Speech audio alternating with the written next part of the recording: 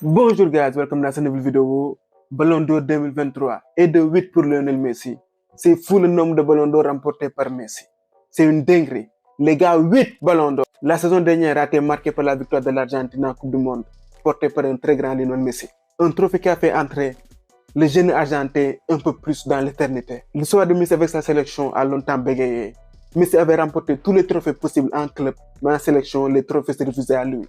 On se souvient des finales perdues en Copa América, en finale de Coupe du Monde. Ce succès en Coupe du Monde vient juste après la victoire de l'Argentine en Copa América sur les terres brésiliennes en 2021. Ce trophée est sans doute l'aboutissement ultime de Messi qui a bouclé la boucle. J'avoue que je n'avais pas placé cette équipe d'Argentine comme mon favori à la Coupe du Monde. Elle avait gagné la Copa América sans pratiquer un football chatoyant.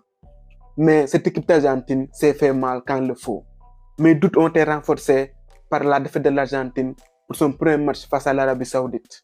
Mais guidé par un très bon Lionel Messi, accompagné de joueurs qui n'étaient là que pour le faire briller, l'Argentine a remporté sa 3e étoile. Ce ballon d'or renoue avec les ballons d'or des années début 2000, où le vainqueur de la Coupe du Monde conditionnait le futur lauréat. Si on fait un petit saut dans le passé, Zinedine Zidane a gagné la Coupe du Monde 98 et remporte le ballon d'or de cette année. El Fenomeno Ronaldo, en 2002, gagne la Coupe du Monde et remporte le ballon d'or. Et rebelote avec Cannavaro, qui en 2006 remporte la Coupe du Monde et est désigné ballon d'or 2006.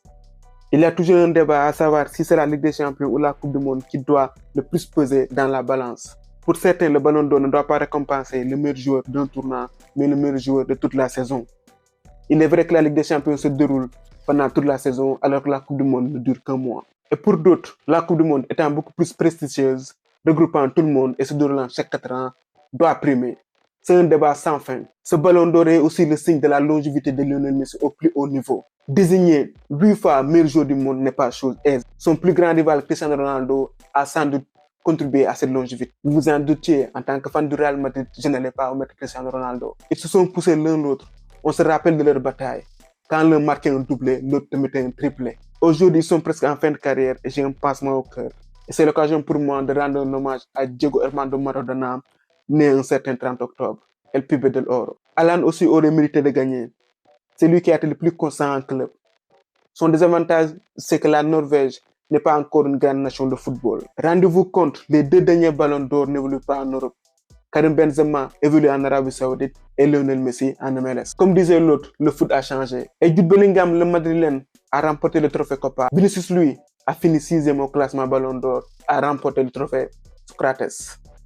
Voilà, c'était tout pour aujourd'hui. On se retrouve pour d'autres vidéos. À très bientôt.